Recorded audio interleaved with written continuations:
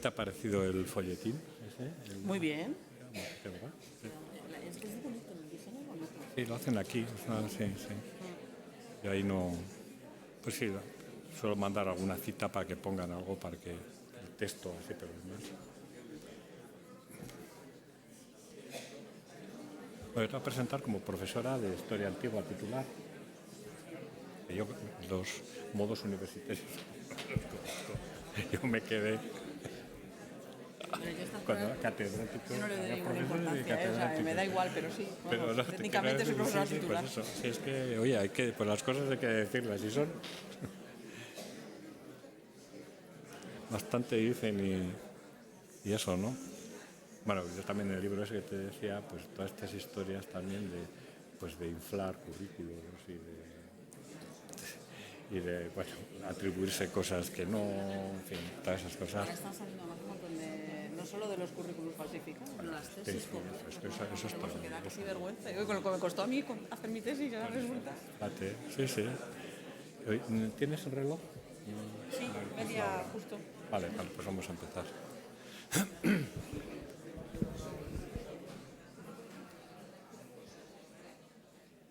Bueno, que se acomoden ahí un poco y...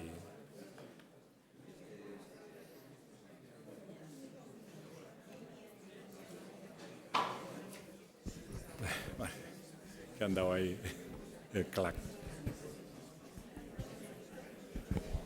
Bueno, buenas tardes, bienvenidos a la segunda jornada.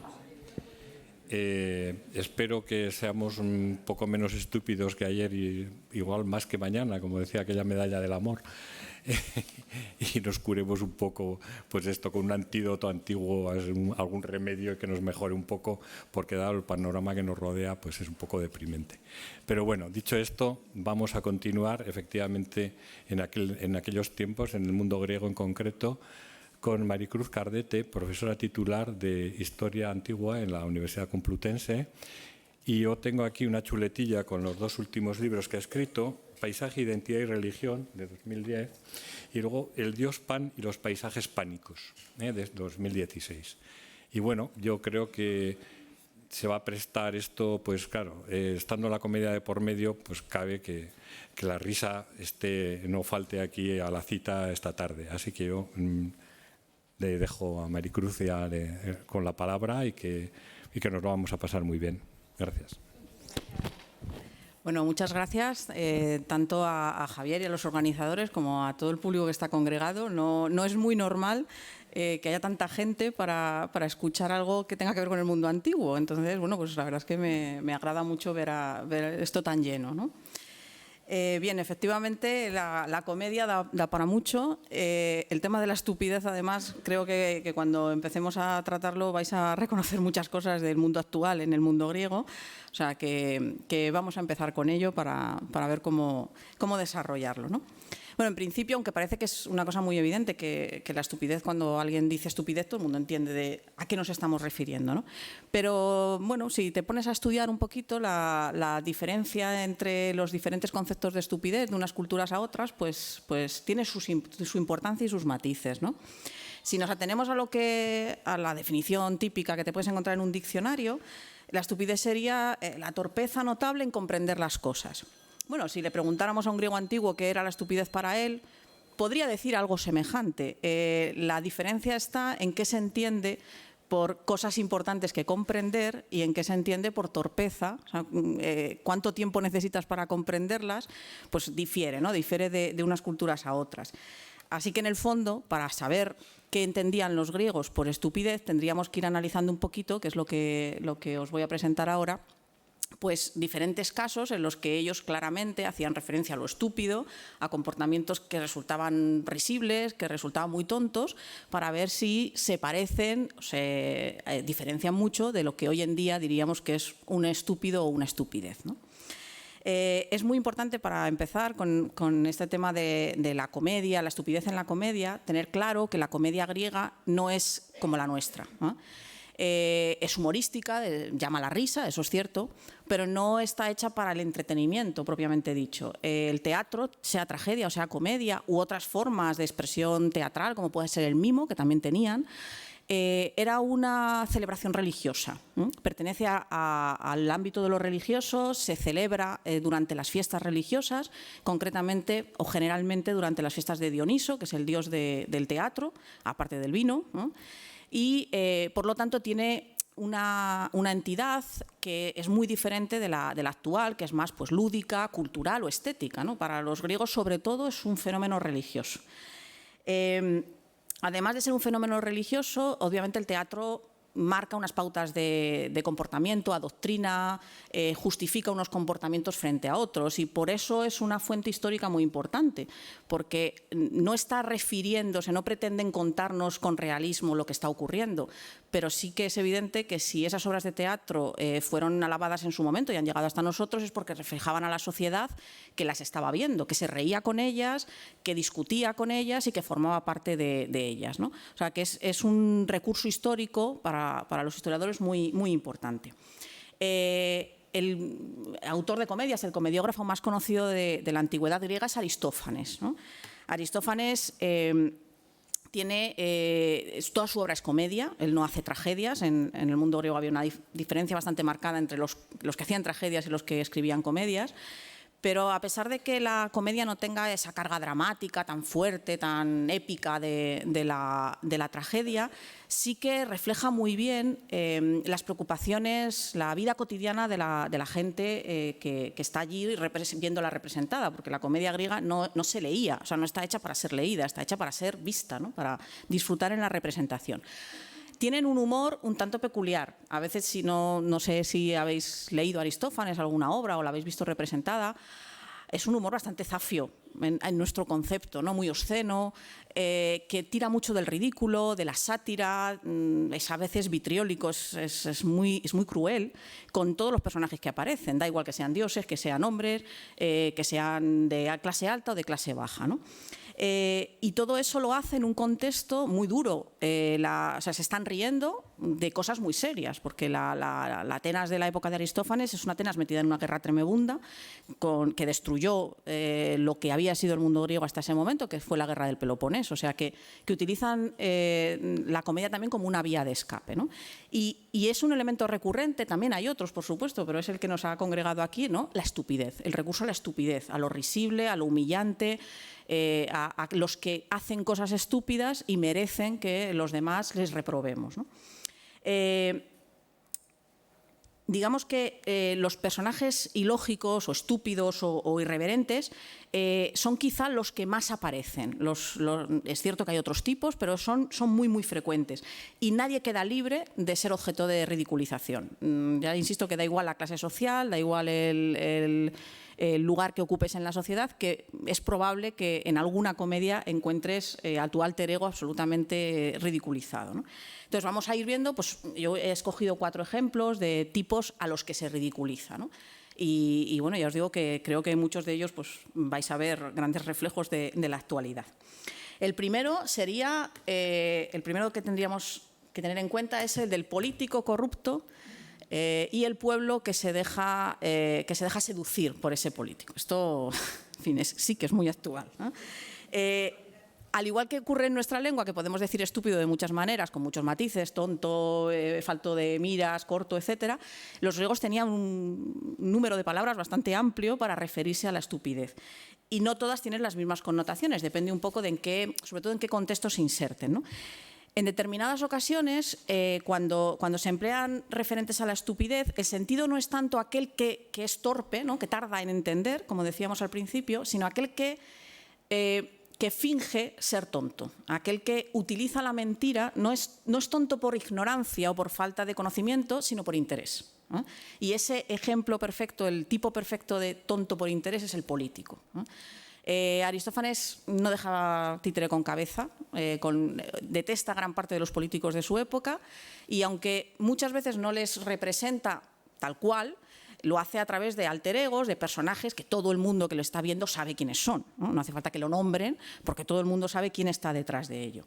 Y el político corrupto, el político estúpido, el político que miente para conseguir que los demás le crean, que además normalmente no tiene muchas entendederas, tiene una contraparte que es el pueblo que le cree, ¿no? Entonces, ahí sí que sería estúpido por ignorancia. No comprende que le están engañando, no es capaz de verlo. Y esto responde un tanto a la época, por supuesto, pero también a la personalidad de Aristófanes. Aristófanes es una persona muy conservadora, ¿no? En medio de un sistema de democracia radical, que era el que dominaba en su época. Él reacciona frente a ello, él pretende volver a un supuesto mundo anterior, idílico, en el que solo gobernaban los más sabios, los aristócratas, y el resto del pueblo estaba calladito y no tenía voz ni voto. Y el cargar las tintas sobre la estupidez del pueblo y la estupidez de los políticos que lo gobiernan, de alguna manera revierte en defender esa idea de vamos a quitarle el voto a los que no saben hacer uso de él, ¿no? O sea, que aquí todo tiene su interés, a pesar de que nos estemos riendo de la situación. Un ejemplo en el que se ve muy bien esta...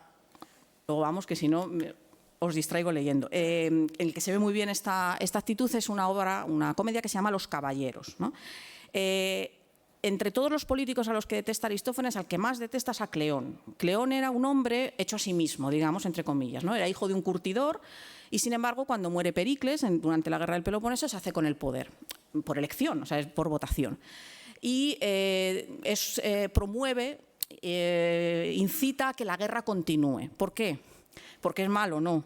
Bueno, en fin, en general las fuentes hablan muy mal de Cleón, pero sobre todo es porque debido a que los aristócratas no querían contribuir más al sistema, había que encontrar fondos de otro sitio con los que pagar bueno, pues todo lo que conllevaba que más gente hubiera accedido a la ciudadanía, ¿no? Había que pagar a la gente para que pudiera acceder para que pudiera ir a votar, sostener un sistema en el que, bueno, pues había que tirar de impuestos. Los ricos no querían pagar más impuestos y la manera de obtenerlos era a través de los aliados, de los sometidos, y eso implicaba que la guerra les venía bien, ¿no?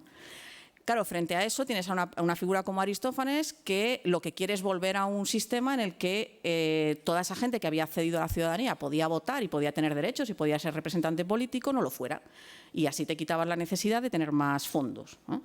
Entonces, la figura de Cleón es continuamente ridiculizada y de las maneras más variopintas, ¿no? En esta concreta, en Los Caballeros, lo que se plantea... Esta obra se representó en unas fiestas de Dioniso, en las Leneas. Ganó el primer premio, o sea que fue bastante bien vista por la gente, ¿no? El argumento, tenemos a dos personajes muy importantes. Uno se llama Demos y es la encarnación del pueblo. Demos era el término griego para hablar del pueblo, ¿no? Este Demos es un señor que tiene a su servicio a una serie de sirvientes y entre ellos a uno que es... pues lo peor, es una cizaña absoluta que de hecho lo llaman removedor de fango, de una manera muy gráfica, ¿no? Que lo único que hace es enredar, maltrata al resto de los sirvientes, se ha ido haciendo con la confianza del señor, les vuelve locos. Entonces este personaje es Cleón.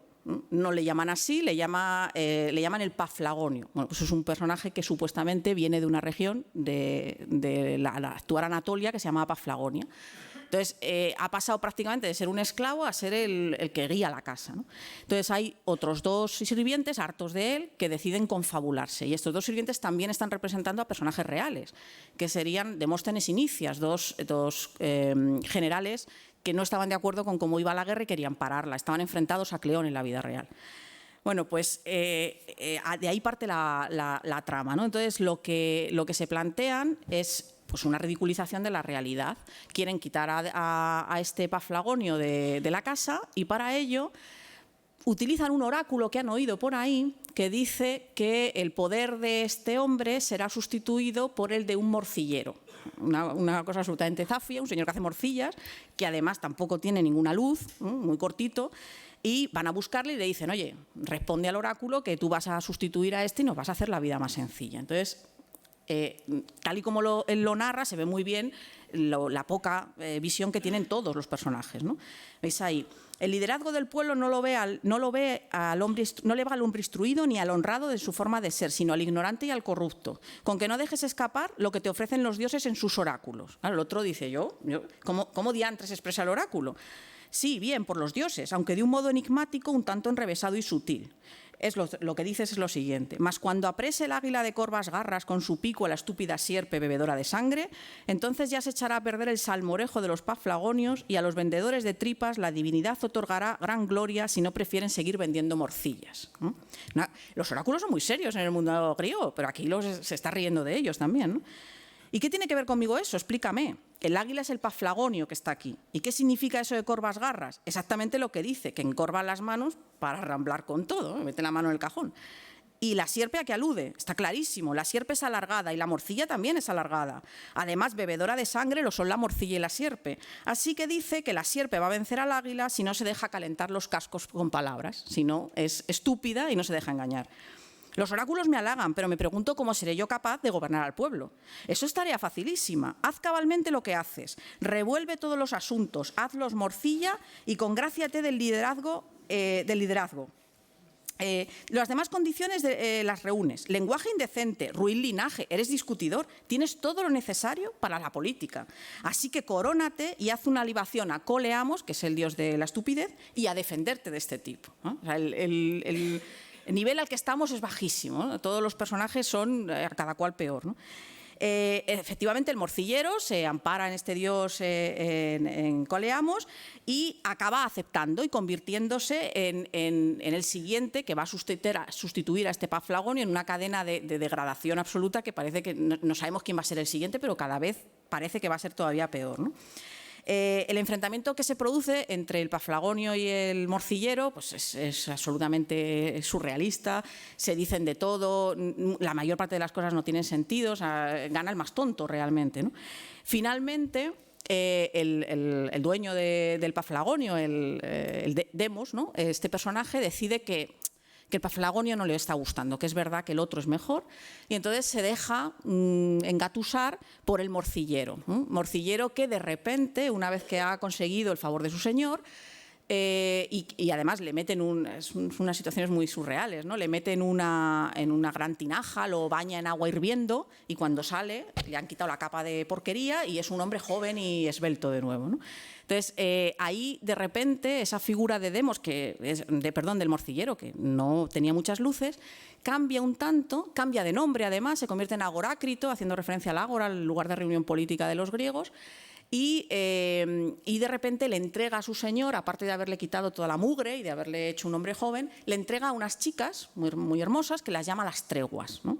Las treguas que ya las tenía el paflagonio, lo que pasa es que las tenía escondidas y no quería que le oyeran, ¿no? Entonces, claro, lo que está haciendo referencia es a la paz que viene después de la muerte de Cleón, que habían conseguido los enemigos de Cleón, una paz con Esparta, que durante unos años, luego volvió la guerra, pero durante unos años acalla un poco los problemas, ¿no?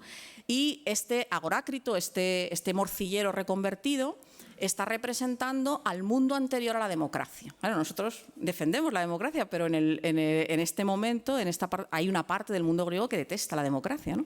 Entonces, lo que había antes de la democracia es lo bueno. Cuando los que mandaban eran 4, sabía todo el mundo quiénes eran y todos les obedecían. Eso es lo que está defendiendo Aristófanes, ¿no? Ridiculizando a los que representan a la democracia. 2 años después de esta obra, en el 422 a.C., aparece otra, que son los caballeros, ¿no? También se representa en las Leneas, los caballeros, las avispas, también se representan en las Leneas y, de nuevo, se burla de Cleón. La figura de Cleón es una verdadera obsesión. En este caso, en el caso de las avispas, el argumento gira en torno a 2 figuras que son Filocleón y Delicleón, que son padre e hijo. Los nombres, lo que quieren, son nombres parlantes, nombres que significan algo, ¿no? Filocleón es el amigo de Cleón y Delicleón es el enemigo de Cleón. Para que nadie se perdiera, estoy diciendo claramente quiénes están a favor y quiénes en contra, ¿no? Entonces, este Filocleón es un hombre estúpido que está obsesionado con los juicios. Él se apunta a todos los juicios del mundo porque le encanta condenar a la gente. Da igual lo que hayan hecho, él solo quiere condenar. Entonces va allí, discute con todos los que haya que discutir hasta que al final se cansan por aburrimiento y condenan al que pillen, ¿no? El hijo de Licleón, que es el enemigo de Cleón, es un hombre más juicioso, que intenta por todos los medios, se avergüenza de su padre, entonces intenta que no se vaya por ahí, ¿no? a seguir dando que hablar, metiéndose en todos estos juicios. De hecho, la obra comienza con el hijo intentando por la noche, acompañado de unos sirvientes, que el padre no se escabulla de la casa para ir a buscar un juicio, ¿no? ante la tozudez absolutamente estúpida y irracional de Filocleón, el hijo solicita ayuda al coro. Y el coro son las avispas, ¿no? Las avispas no solo no le ayudan, sino que al final acaban convirtiendo la situación en todavía más peliaguda, ¿no?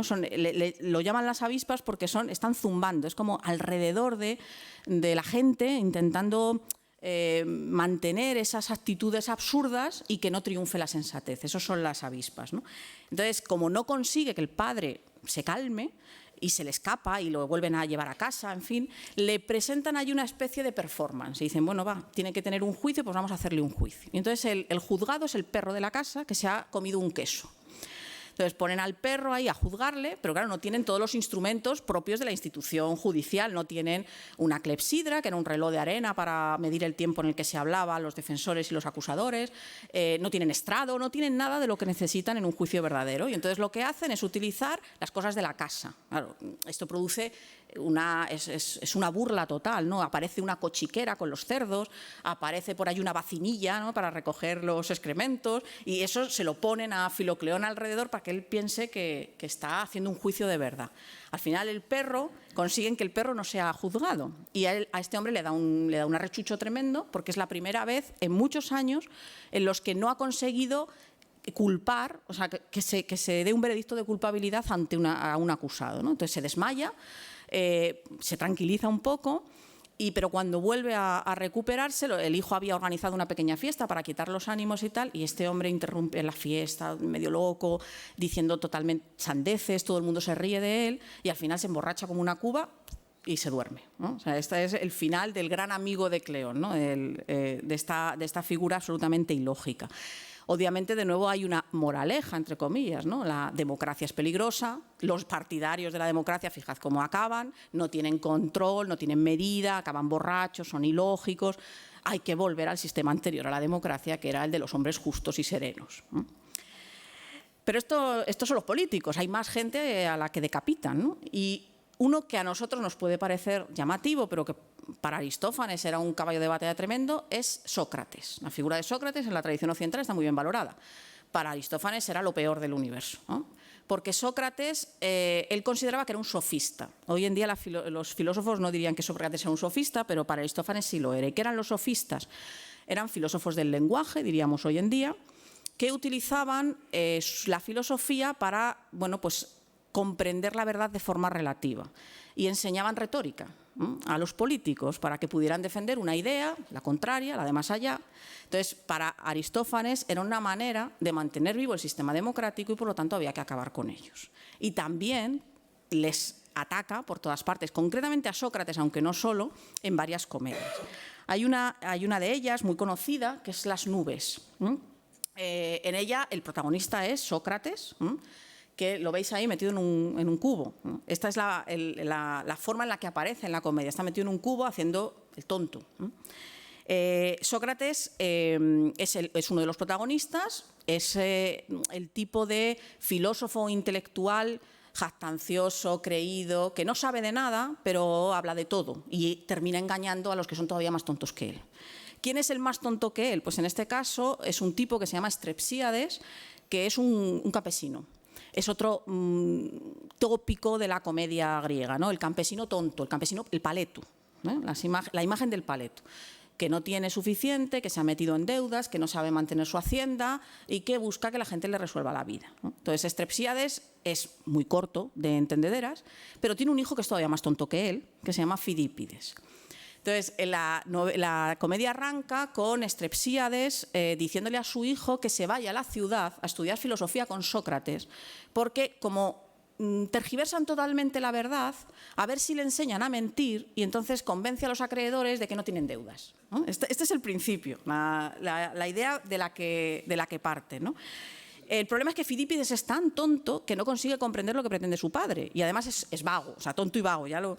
Y Strepsíades, un poco desesperado, decide, bueno, pues me voy yo, a ver si Sócrates me enseña algo, ¿no? Y se va, efectivamente. Entonces llega a ver a Sócrates y se lo encuentra metido en un cubo, ¿no? Alzado ahí en un cubo, hablando sobre los mosquitos, sobre cuál es la mejor forma de robar un manto, y sobre la inexistencia de Zeus. Esto es una aberración para un griego, la inexistencia de Zeus. Zeus no existe. Los dioses verdaderos son las nubes. Entonces, desarrolla, por eso se llama así la comedia, desarrolla toda una teoría que demuestra que las nubes son las verdaderas diosas de los griegos y que Zeus y los demás pues no tienen ninguna importancia.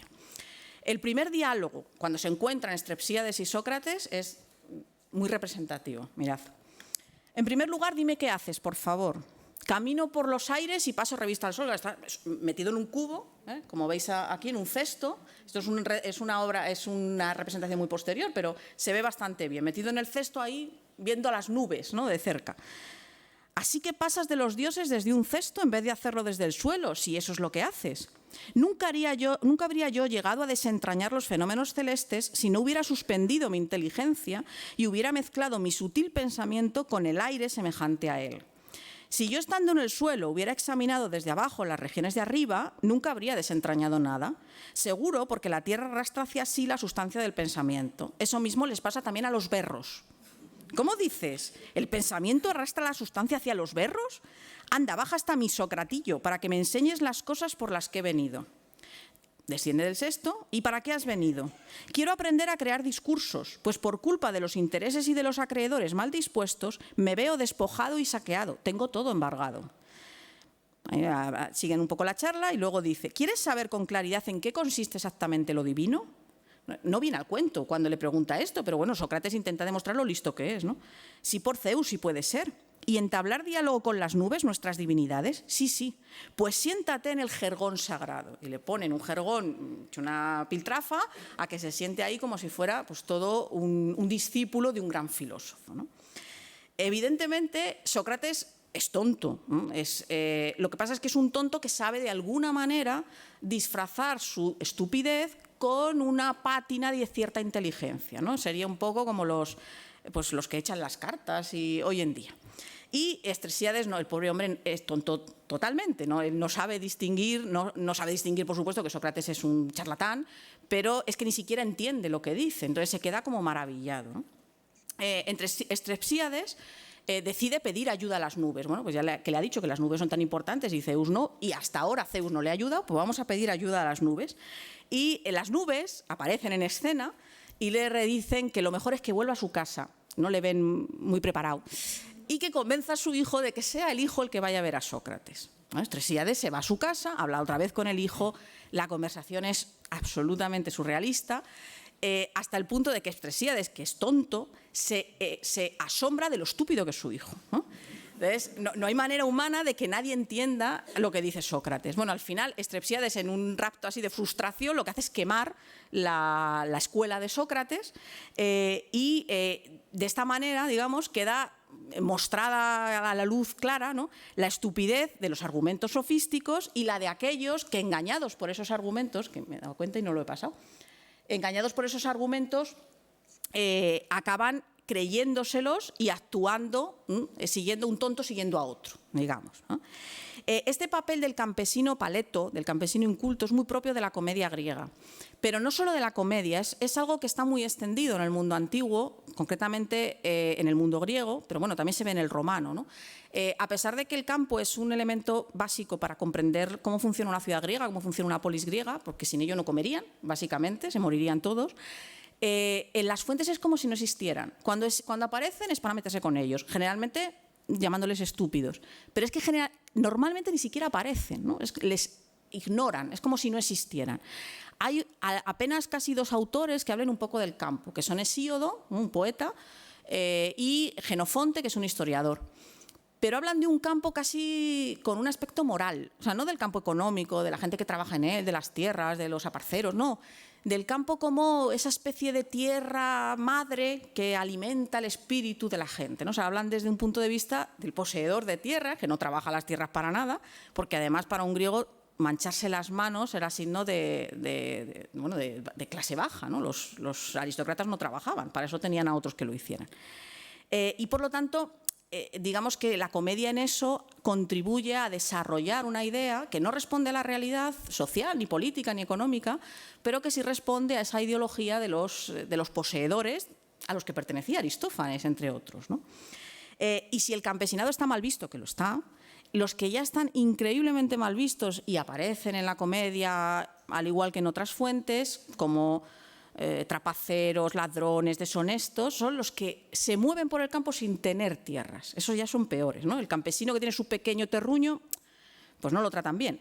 Pero al que no lo tiene, al aparcero, al jornalero, al leñador, al cazador, al que se mueve en el campo, pero ni siquiera está sentado en él, a ese ya no hay por dónde cogerlo. Normalmente no es tanto que sea estúpido, al campesino es más estúpido, estos son más malos, malvados, crueles, ¿no? Ladrones, pero también entra dentro de la necesidad de marcar la diferencia entre los que tienen el poder, que radican generalmente en la ciudad, y los que no lo tienen, que están en el campo.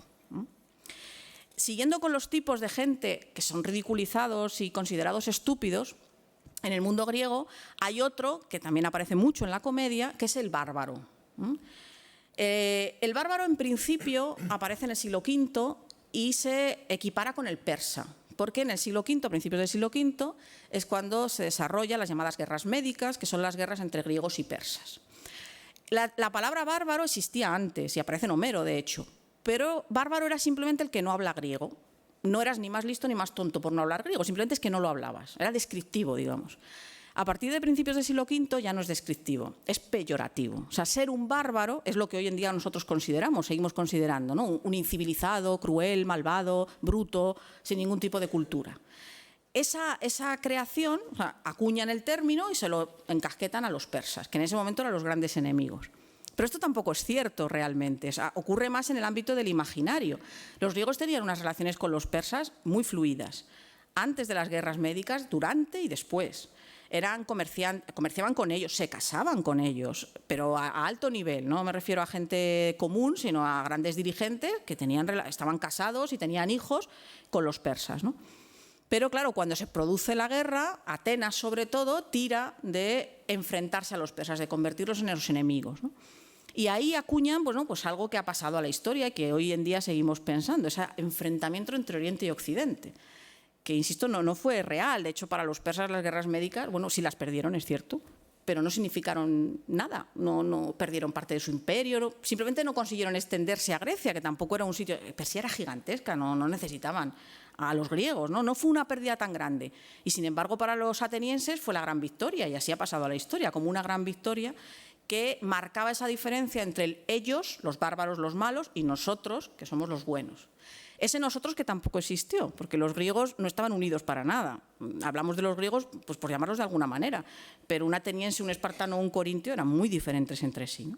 Entonces, esa utilización de la burla, de lo estúpido de los bárbaros, les es muy útil para introducir la imagen en el imaginario colectivo, en toda esa gente que iba a ver sus comedias, que iba a ver también las tragedias, porque los persas también aparecen en las tragedias, y se quedaban impactados de la maldad, la crueldad y la estupidez de esta gente, ¿no?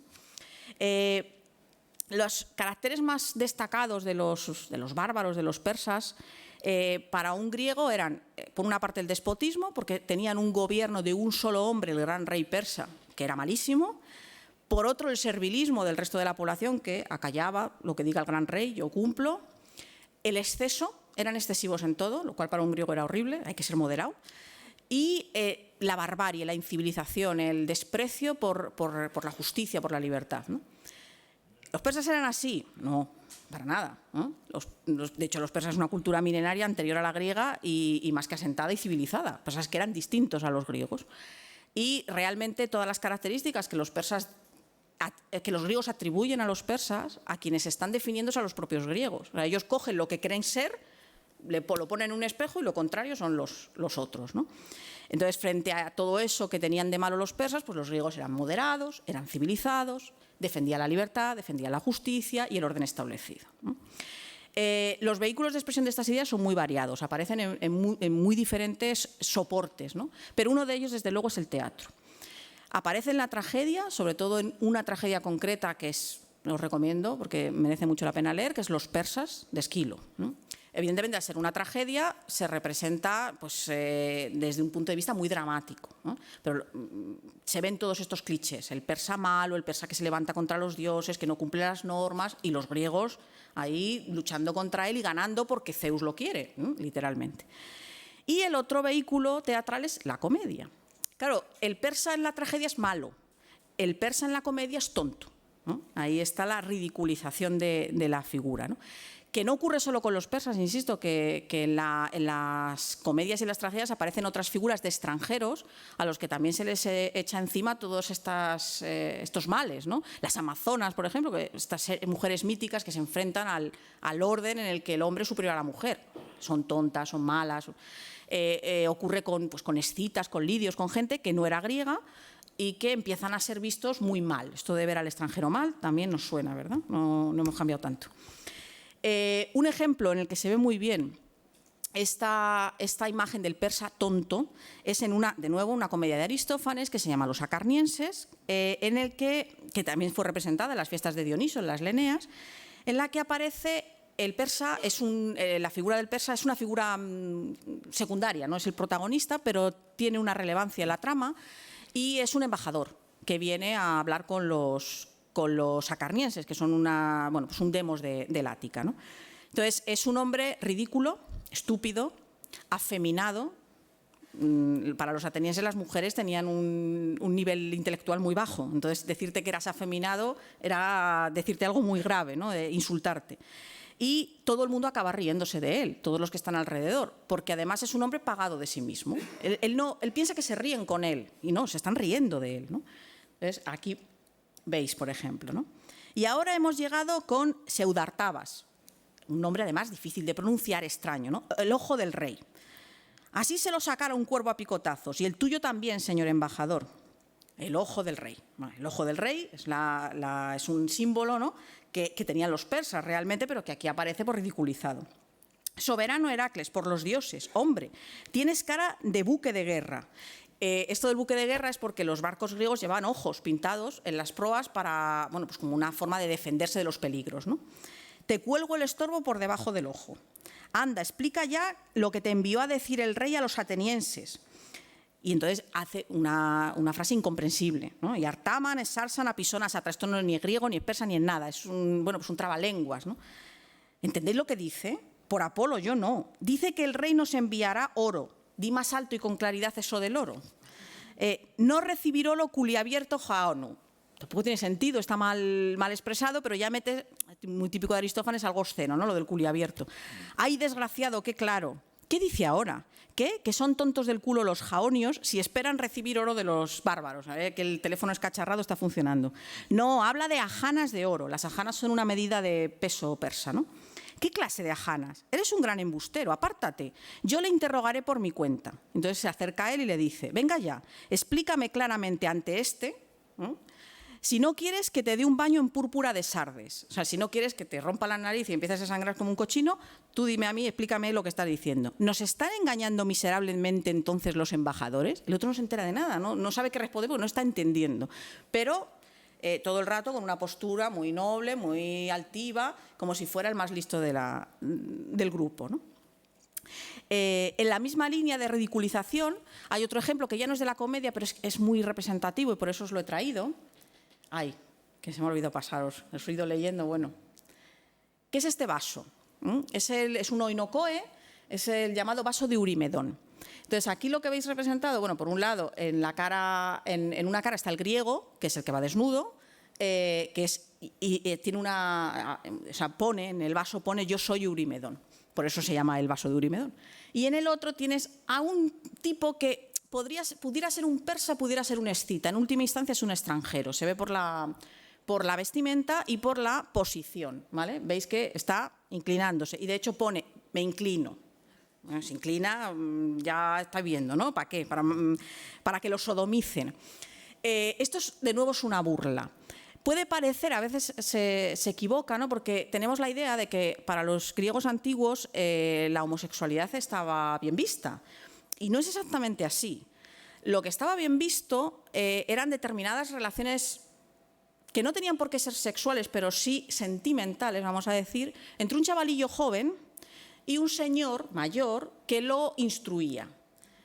Teóricamente no tenía por qué llegar a producirse un encuentro carnal, aunque lo normal es que ocurriera. Pero cuando ese chavalillo pasaba a ser ciudadano, llegaba a la edad adulta y se convertía en ciudadano, esa relación se cortaba tajantemente. Y si no se cortaba, se convertía en clandestina. porque la razón por la que se podía mantener es que mientras el muchacho no era ciudadano, estaba equiparado con las mujeres, ¿no? Estaba en una posición inferior al hombre, equiparado con las mujeres, y entonces, digamos, el mantener estas relaciones sexuales era una especie de sometimiento propio de la situación en la que se encontraba. Pero claro, que un ciudadano se sometiera a otro no era concebible. O eras más pequeño o eras inferior de clase, pero no podía ser entre iguales, ¿no? Entonces, claro, aquí lo que se está produciendo es esa imagen del persa, del extranjero, convertido en una figura inferior, que se inclina, que se somete y que por lo tanto nunca es igual al griego que se puede permitir el lujo de someter. O sea, es un vaso que es humorístico, evidentemente, es burlesco y que tiene por protagonista, pues eso, a un extranjero que con carita sonriente y tal dice: venga, venga, dame lo que quieras, ¿no? El último grupo que nos quedaría de gentes ridiculizadas, de grupo humano ridiculizado en la comedia, son las mujeres. Ser mujer en Grecia era complejo, ¿no? Era difícil, depende, es verdad, de las polis en la que estuvieras, no todos pensaban lo mismo, pero en general hay una cultura muy misógina. La mujer es mala, la mujer es torpe, la mujer no está desarrollada, su intelecto no puede, incluso aunque sea lista, siempre lo es menos que un hombre, porque no está del todo desarrollada, ¿no? Las mujeres aparecen, ya os digo que depende un poco, Atenas es especialmente misógina, otros lugares no tanto, pero hay una idea general de la inferioridad intelectual, no solo física también, pero intelectual de la mujer, ¿no? Entonces, por ejemplo, Hesíodo, que lo he nombrado antes, un gran poeta, leído en toda Grecia y muy admirado, decía que las mujeres eran un mal que habían dado los dioses a los hombres para castigarles, ¿no? De ahí el mito de Pandora. Empezamos ya con un nivel bastante alto. Pero quizá el que mejor refleja este odio, esta inferioridad, de odio de los hombres por las mujeres en el mundo griego, bueno, odio, desprecio, ¿no? Es un poeta del siglo VII a.C. que se llama Semónides. Semónides tiene un poema que se ha conservado, no entero, pero casi entero, en el que va contando los diferentes tipos de mujeres que hay y los relaciona con animales.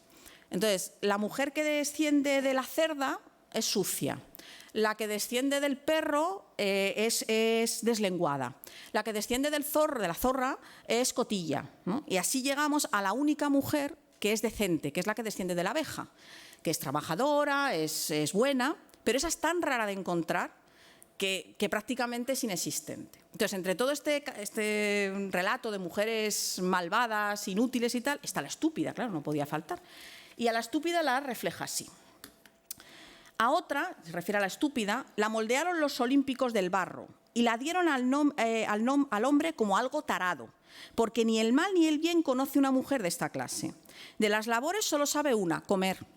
Ni siquiera cuando Dios envía un mal invierno, por más que tirite de frío, acerca su banqueta al fuego. Torpe, tan torpe, que ni siquiera es capaz de hacer la causa-efecto de tengo frío, tengo fuego, lo puedo paliar, ¿no? Este es el tipo de la estúpida. Dentro de todo este conjunto de males que la mujer teóricamente abarcaba, el de la estupidez es bastante reiterativo. No solo en la comedia, pero también, por supuesto, sino en general, ¿no? La mujer estúpida, la mujer corta de miras, porque no puede ser inteligente. Ya os digo que su nivel de desarrollo llega hasta un punto, nunca puede pasar de él, ¿no? Evidentemente, si tú quieres mantener a las mujeres calladitas fuera del ámbito público y sin tener ni voz ni voto, pues desarrollar toda esta ideología de lo estúpidas que son, pues es muy útil, ¿no? La comedia utiliza este cliché de la mujer estúpida, lo que pasa es que lo hace de una manera un poco más retorcida. En general, las mujeres en la comedia no son tanto tontas como malas. Son deshonestas, son trapaceras, son engañosas. Eso es lo más normal. Pero también aparece la estupidez. Lo que pasa es que, como os digo, aparece de una manera un poco retorcida. Os voy a poner un ejemplo. Hay una comedia de Aristófanes, de nuevo, que se llama Las Tesmoforiantes. Las Tesmoforiantes hacen referencia a una fiesta que se celebraba en Atenas, que eran las Tesmoforias, una fiesta religiosa dedicada a la diosa Deméter, que era solo para mujeres, no podían participar los hombres de ninguna manera. Entonces, la acción de la comedia se sitúa en la celebración de esta fiesta y aparece de nuevo un personaje histórico, lo que pasa es que esta vez sí que aparece con su nombre, no lo esconde detrás de otro, que es Eurípides. Eurípides, el gran trágico, ¿no?, el autor de tragedias, Aristófanes le detestaba. Aristófanes en general detestaba a mucha gente, debía ser un tipo muy simpático. Y entonces Eurípides está muy preocupado porque se ha enterado de que las mujeres le odian, porque en sus tragedias las mujeres en general hacen cosas, en fin, Medea se carga a sus hijos, son, pues eso, todos los males del universo los tienen las mujeres. Entonces estas tesmoforiantes se han reunido en las tesmoforias. Los hombres tenían una especie de obsesión, que qué hacían las mujeres ahí reunidas solas, sin nadie que las controlara. Entonces Eurípides empieza a maquinar y piensa que van a, como están tan enfadadas con él, que van a hacer algo contra él, van a preparar algo contra él. Y entonces convence a uno de sus sirvientes de que se disfrace de mujer, se cuele en la fiesta, y cuando empiezan a hablar mal de él, pues él le defienda, a ver si así se calman un poco los ánimos. Claro, no solo no se calman los ánimos, sino que descubren que es un hombre. Y eso es un gravísimo sacrilegio lo que ha hecho, metiéndose en una fiesta solo para mujeres. Lo persiguen, lo intentan matar, se monta una tremenda, ¿no? Claro, el planteamiento de la comedia, en principio, parece que pone en buen lugar a las mujeres y en un malo a los hombres. Porque Eurípides es tonto, demuestra claramente ser tonto. El sirviente ya ni os cuento lo que demuestra. Y las mujeres son como más normales, están cumpliendo la norma. Yo estoy aquí celebrando mi fiesta, tú te has colado, esto hay que castigarlo. Pero ¿por qué entonces digo que es retorcido? Porque lo que están haciendo es utilizar algo tan sumamente inusual como que las mujeres sean más listas que los hombres, que provoca la risa.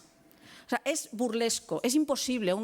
Los que estaban allí viéndolo, que además eran hombres, al ver a una mujer lista dándole lecciones a los hombres, y lo que hacía era reírse, pensar, fíjate qué cosa más absurda, ¿cómo puede ser esto?, ¿no? O sea, que aunque las presentan como más inteligentes y sensatas, en el fondo lo que están haciendo es justo lo contrario, provocar la risa a través de ello. Y esto se ve en varias comedias de Aristófanes, porque las mujeres aparecen en varias, ¿no?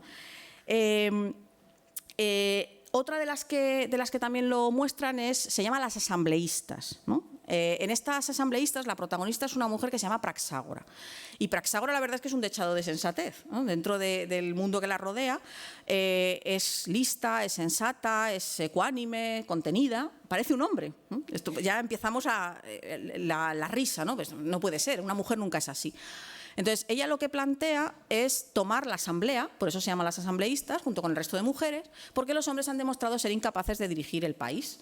Nos lo han llevado a una guerra, es verdad, la guerra del Peloponeso, la guerra no acaba, aquí sigue muriendo gente, entonces vamos a quitar a los hombres y nos ponemos nosotras, ¿eh? Claro, todo esto a nosotros nos puede parecer, no nos puede parecer tan burlesco, pero para un griego era absolutamente impensable lo que estaban haciendo. Las mujeres no eran ciudadanas, no tenían derecho ni de voz ni de voto, no tenían espacio público. Entonces, era algo absolutamente impensable, ¿no?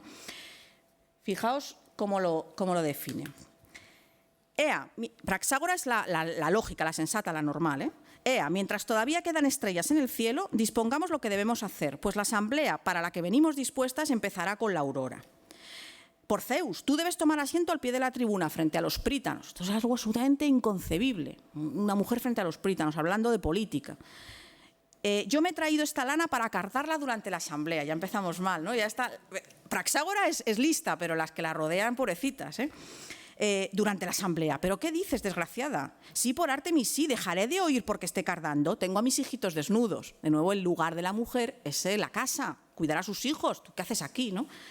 Pero ¿estáis oyendo esto? Ponerse a cardar cuando es preciso no dejar ver a los asistentes ninguna parte de nuestro cuerpo. Tienen que fingir que son hombres, porque no pueden entrar a la asamblea como mujeres.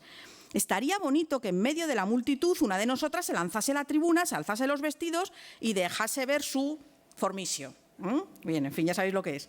Por el contrario, si envueltas en nuestros mantos ocupamos los primeros puestos, nadie nos reconocerá. Y si además sacamos fuerza del embozo, nuestras soberbias barbas y las dejamos extenderse sobre el pecho, ¿quién sería capaz de no tomarnos por hombres? Agirrio, gracias a la barba del prónomo, engañó a todo el mundo. Antes era mujer y ahora, como sabéis, ocupa el primer puesto en la ciudad. Absolutamente impensable. Por tanto, yo os conjuro por el día que va a nacer a que acometamos esta audaz y grande empresa para ver si logramos tomar en nuestras manos el gobierno de la ciudad, porque lo que es ahora ni a remo ni a vela se mueve la nave del Estado. Estamos en una situación de impasse, la guerra del Peloponeso sigue y aquí no hacemos nada. Ponte la barba y conviértete cuanto antes en hombre. Aquí dejo las coronas. Ahora me voy yo también a plantar la barba, por si acaso tengo necesidad de decir algo. La corona se la ponía el que iba a hablar. Querida Praxágora, mira qué ridiculez. ¿Cómo ridiculez? Es como ponerle las barbas a unos calamares asados. Puedes hablar. ¿Y he de hablar antes de beber? ¿Qué es eso de beber? La Praxágora ya está, la pobre mujer, que no sabe cómo acallar todas las tonterías que escucha, ¿no? Pues si no, querida, ¿para qué necesito la corona? Vete de aquí, allí nos hubieras hecho lo mismo. ¿Y qué? ¿No beben también ellos, aunque sea en la asamblea? Y dale con la bebida.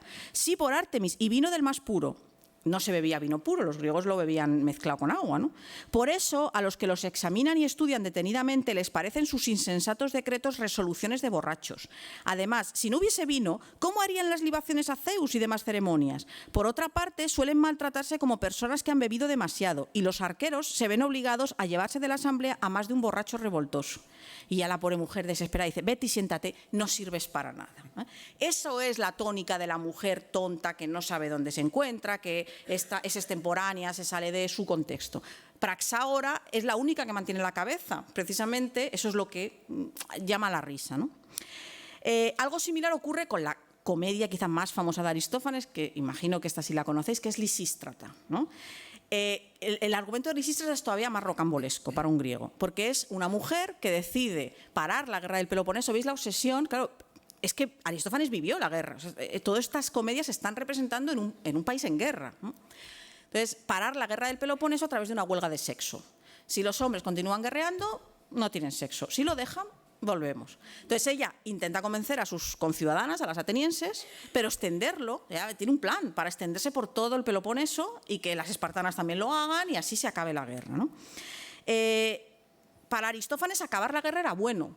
Él ya os digo que era un partidario de acabar la guerra no para que hubiera paz, no es pacifista, es antibelicista, que no es lo mismo. Él quiere acabar la guerra para volver al orden establecido anterior y que desaparezca la democracia, ¿no? Entonces, Lisístrata es representada de nuevo como una mujer excepcional, parece un hombre, realmente parece un hombre.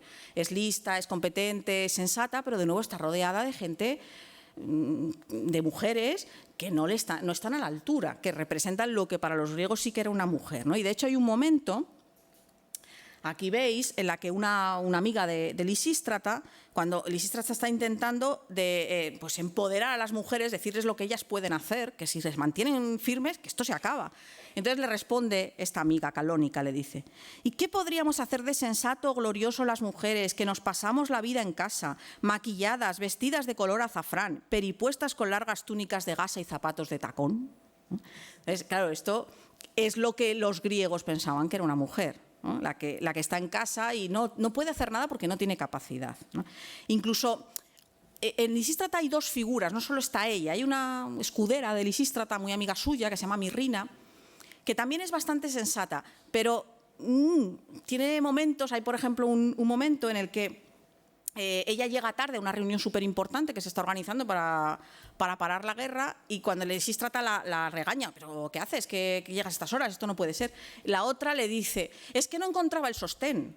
O sea, las preocupaciones de las mujeres al final siempre acaban en la vestimenta, en el artificio y en la casa, ¿no? En la casa. Todavía más evidente es la ridiculización en un episodio que ocurre ya al final de la comedia en el que las mujeres toman el Partenón. Como una muestra de fuerza, toman el Partenón. Entonces allí Lisístrata está intentando organizar las huestes, ¿no? Para luchar y de repente empieza una, es que yo tengo a mis niños en casa y a ver quién le va a dar de comer, es que yo me he dejado la comida a medio hacer, es que yo tengo que zurcir los calcetines, ¿no? O sea, empiezan cada una a soltar, bueno, pues lo que el hombre espera oír de una mujer y Lisístrata, la pobre mujer, se desespera bastante, ¿no? Porque estamos aquí para parar una guerra y me estáis diciendo que es más importante que habéis dejado la comida en la lumbre, ¿no? Bien, estos serían los 4 tipos más frecuentes en los que se representa claramente la estupidez en la comedia. Hay más, pero estos serían los más representativos y como veis, hablo continuamente de Aristófanes, porque también es el autor del que nos han quedado más comedias, hay muchos otros, pero más fragmentarios, conocemos menos, o es una comedia, bueno, pues una comedia ya de un tipo no tan risible, no tan burlesca, ¿no? Entonces, Aristófanes es quizá la figura más representativa si os interesa conocer un poco la comedia griega de lo que podemos encontrar, ¿no? Hay otros, pero ya os digo que este es el más representativo. Simplemente ya para concluir, diría que realmente el tema de la estupidez es importante para conocer una sociedad. ¿Cómo piensa una sociedad? ¿Qué considera que es adecuado o incorrecto? ¿Cómo se burla de sus propios defectos o de los que ve en los demás? ¿Cómo elabora un discurso que llame a la risa o al llanto? Son cosas realmente que hablan mucho de una cultura. Y sin embargo, durante muchísimo tiempo, y os hablo de muchísimo, hasta los años 80 más o menos, los historiadores no se preocuparon por estas cosas. O sea, un tema como la estupidez en el mundo antiguo sería prácticamente impensable antes de los años 80. En los años 80 empezó a preocupar otra serie de circunstancias históricas. Ya se conocían bastante bien las cuestiones políticas, las grandes instituciones, las guerras, las formas de gobierno. Estaba bastante conocido y empezó a preocupar el tema de cómo se comportaba la gente normal, cómo vivían, cuál era su vida cotidiana. Y ahí entró el teatro, ¿no? Y mientras que la tragedia entró más a un nivel intelectual, pues eso, es más dramática, es catártica, la comedia entró mucho al nivel de la gente normal. Están enmarcadas ambas en el ámbito de lo religioso, pero es cierto que la comedia es mucho más cotidiana, ¿no? Te habla de cosas muy reales, ya veis, Aristófanes no está reproduciendo la realidad, pero sí se está burlando de ella y en la risa, a pesar de que tiene peor fama, que parece menos importante, quizás se ve más cómo vive realmente una sociedad, ¿no? Entonces, a partir de esos años 80, pues sí que son temas, los cotidianos, los de la vida normal, que han ido creciendo en importancia, pero aún así el tema de la estupidez está muy poco tratado. O sea, esto no os vais a encontrar un libro que hable sobre la estupidez en el mundo antiguo, así tal cual, ¿eh? Hay que ir entresacando y buscando, ¿no? Entonces, en esta pequeña muestra que os he dado, he presentado pues eso, algunos temas que se repiten mucho, ciertamente, que aparecen como más marcados, a los que ellos daban más importancia y por lo tanto entendemos que les representaba mejor que otros, ¿no? Esa imagen del político que engaña y del pueblo tonto que se deja engañar, la imagen del filósofo que no sabe de lo que está hablando, pero habla mucho y convence generalmente, el de los extranjeros como bárbaros, como gente descerebrada, que merecen ser conquistados, y la mujer como un ser irracional que necesita el dominio y la guía de un hombre, porque si no perdería su verdadera esencia, ¿no? Evidentemente son clichés muy fuertes, muchos de ellos reconocibles incluso hoy en día. Hemos cambiado a lo mejor los protagonistas o los matices, pero muchas de estas ideas, desgraciadamente, además, vuelven con fuerza, dependiendo de las épocas. Ahora estamos en una mala, ahora vuelven con más fuerza. En última instancia, estudiarlos, analizarlos, darles la importancia que se merecen y que no tuvieron en otros momentos, yo creo que nos permite conocer en mayor profundidad cómo eran esas culturas, en qué se parecían a nosotros, en qué se diferenciaban y por qué siguen siendo importantes hoy en día, ¿no? Porque aquí estáis muchos escuchando hablar de la Grecia antigua, pero lamentablemente muchos más ahí fuera que piensan que no les dice nada, que no sirven para nada y que para qué van a estudiar una cosa de gente que ya está muerta. Bueno, pues porque en el fondo siguen estando muy vivos, nos permiten reflexionar no solo sobre el pasado que ellos vivieron, sino también sobre el presente que estamos viviendo nosotros y, bueno, pues sobre todas esas consideraciones que hacen que una cultura esté viva, que sea importante, que sea fuerte y que podemos legar a los demás, ¿no? Así que, bueno, pues muchas gracias y cualquier pregunta, encantada.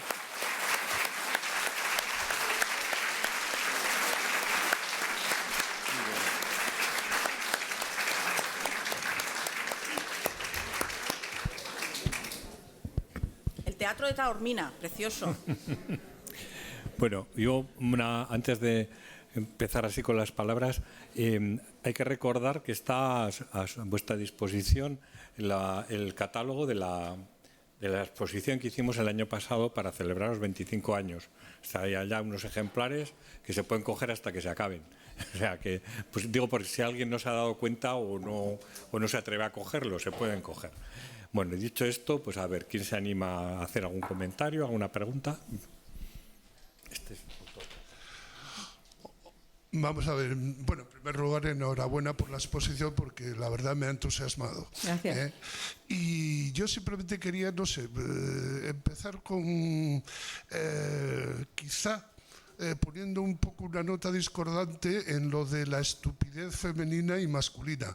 Creo que en Aristófanes, en una escena que para mí es antológica y de las más modernas, es la de, el Lisístrata me refiero, es la de Cinesias y Mérrina, porque precisamente las tonterías supuestas de Mérrina le ponen a Cinesias en evidencia y el estúpido termina siendo él en esa escena, ¿no?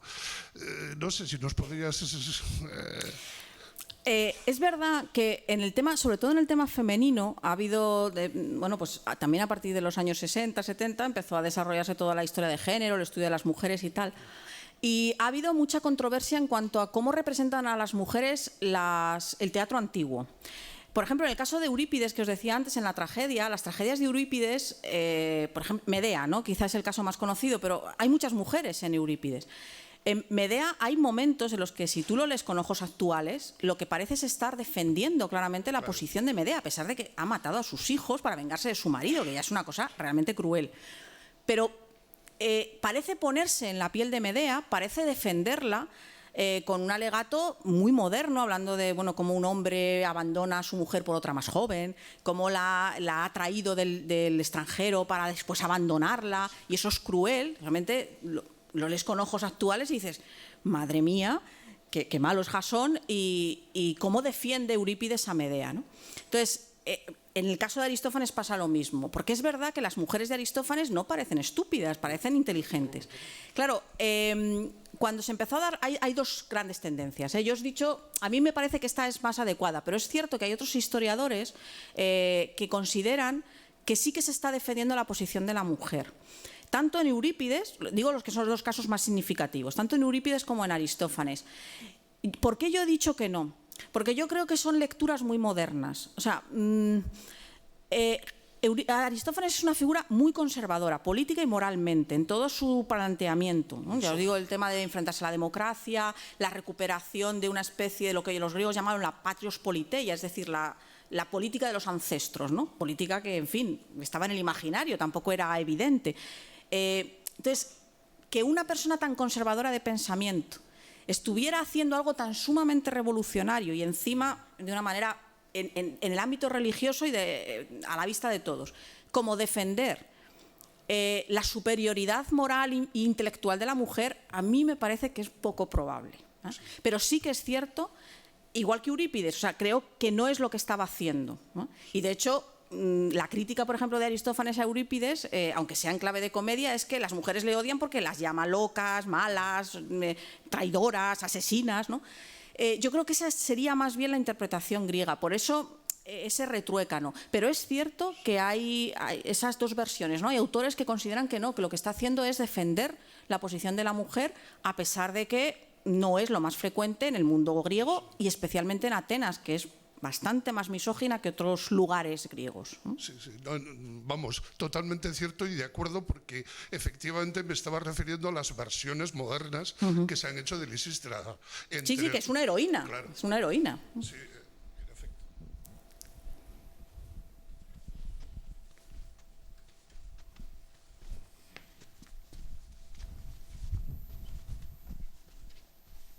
Es que es una sala grande, de que vas de un lado para otro. Buenas tardes. Hola. Me agrada muchísimo vuestra comedia, que ha sido realmente muy importante. Y yo creo que seguimos en el estado de la comedia. Primero porque la estupidez a nivel social enmarca todo el planeta. Y es porque no sabemos pensar. Esa es la gran cuestión.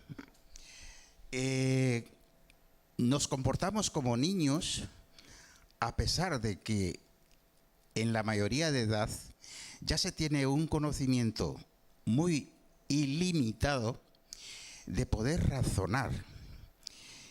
Y a mí me extraña que todos estos hechos antiguos no tomemos en cuenta que nuestra gran realidad se basa en lo mismo.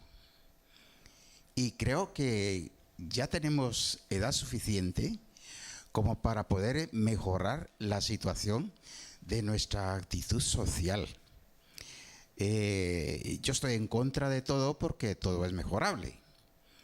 Y no me cabe la menor duda que esto es así. Y yo os doy la enhorabuena por esta actitud que habéis tenido muy positiva, que es lo que yo pienso. Gracias. Muchas gracias.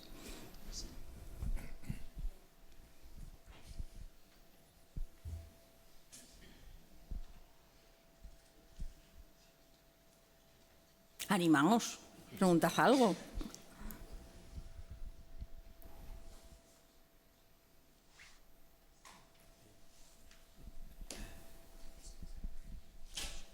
Hay que venir con un dron que vaya pasando el micrófono. Hola.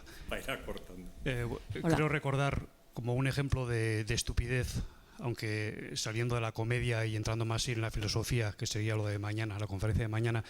No recuerdo si Lipías mayor o Lipías menor, aparece el sofista representado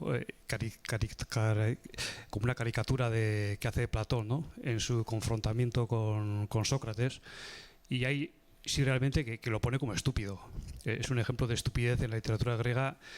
Y luego también podríamos hablar de Luciano de Samosata, ¿no?, por ejemplo, ¿no? Como también recurre mucho a la estupidez en muchos personajes, de alguna manera confrontados a Menipo, el filósofo, etcétera. Y también el diálogo de las cortesanas, y se ve hablando a mujeres, ridiculizando también, en este caso, a un hombre, ¿no?, a un cliente, yo qué sé, temas exagerados por parte de él, lo que sea. Pues sí, simplemente comentar como ejemplos de estupidez que creo recordar de lecturas. Luciano es un autor maravilloso, es más tardío, pero es un autor maravilloso, muy divertido. Los diálogos de los muertos, los diálogos de los dioses, no deja títere con cabeza, los dioses acaban absolutamente ridiculizados. También hay una obra que, si os interesa, es novela, pero es muy divertida, bastante actual, aunque está ambientada, es época romana, está escrita en griego, pero es de época romana, Apuleyo, el asno de oro. Es una obra maravillosa, muy divertida, en la que también dan vueltas sobre lo estúpido del ser humano, ¿no? Tanto a nivel casi filosófico, el destino humano es absurdo, ¿no? Estamos aquí como no sabemos muy bien por qué, pero aquí estamos, porque los dioses se han empeñado, ¿no?, al final para fastidiarnos. Y es una obra que refleja muy bien, ya es otra época, es el mundo romano que se ha extendido, que ha creado unas relaciones entre culturas pues muy fluidas, un Mediterráneo distinto, pero también muy recomendable. Y la figura de los sofistas, realmente la imagen que nosotros tenemos de los sofistas, la imagen general, no digo de los estudiosos que los conocen bien, la imagen general es una imagen negativa. Y esa imagen negativa, los sofistas venden la filosofía, lo que hacen es enseñar a mentir. Es una idea del triunfo, del fin de la democracia. O sea, los sofistas realmente son un elemento muy importante para que la democracia se desarrolle, la democracia ateniense, ¿no?, sobre todo ateniense, pero la mayor parte de los sofistas, no todos son atenienses, pero sí acaban enseñando en Atenas, ¿no?, porque es el lugar donde más pueden desarrollarse. Y es una filosofía del lenguaje realmente muy moderna. O sea, si uno se coge, yo que sé, filósofos del lenguaje modernos tipo Wittgenstein, hay muchas cosas que se reconocen de Gorgias, de los sofistas, ¿no? Pero claro, la democracia griega, a pesar de que nosotros la tengamos como un referente, duró muy poco. Se murió enseguida. Después de la guerra del Peloponeso se mantiene mal que bien, dura un poco, pero acaba muriendo. Y lo que nos ha llegado sobre los sofistas son de aquellos que triunfaron sobre ellos, de los que se vuelven al poder tradicional, de los aristócratas y tal. Entonces, claro, la imagen es súper negativa, pero es una filosofía realmente muy interesante y por momentos muy, muy, muy moderna. Parece que si no sabes a quién estás leyendo, podrías decir, ojo, esto a mí me suena mucho de lo que veo a mi alrededor, ¿no?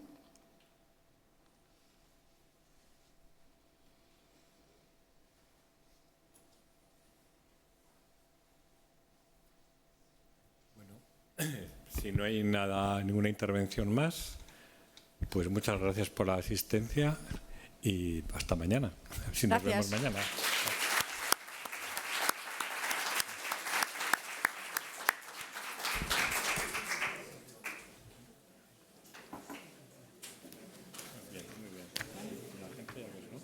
¿Te ha gustado?